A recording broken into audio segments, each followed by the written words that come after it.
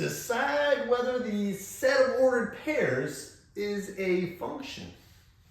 If it is a function, state the domain and range. All right, here's my set of ordered pairs. I'm using set notation, and I have 4 ordered pairs in there. Now you need to know what a function is. A function, you can think of it like a machine. There's an input, and then there's an output. To be a function, you can only have one output for each input. So in this case, when you have ordered pairs, the input values are the x values, and the output values are represented by the y values. So if you take this first ordered pair, think of a machine here. The input is -3 into the function, and then the output is 2. Now, in order to be a function, there can only be one output for each input. Now, if you look at these 2 ordered pairs, the input on both of them is 4.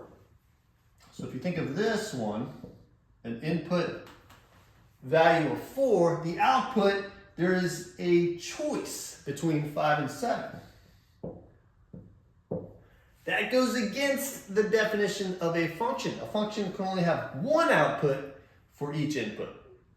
So in this case, the input of 4 is producing 2 outputs.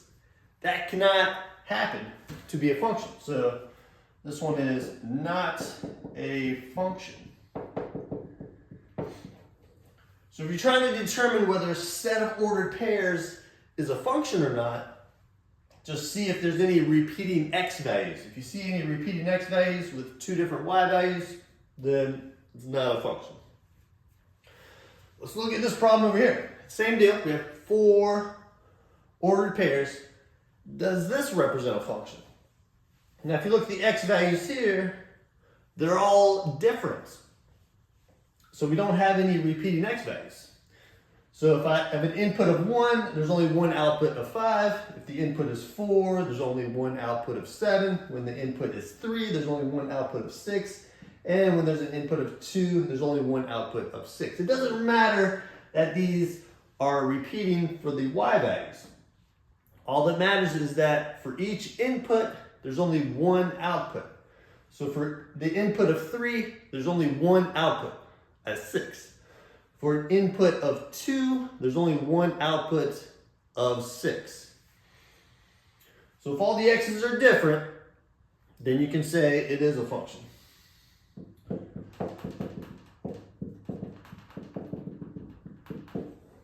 Now, since this is a function, we have to state the domain and range. The domain is the set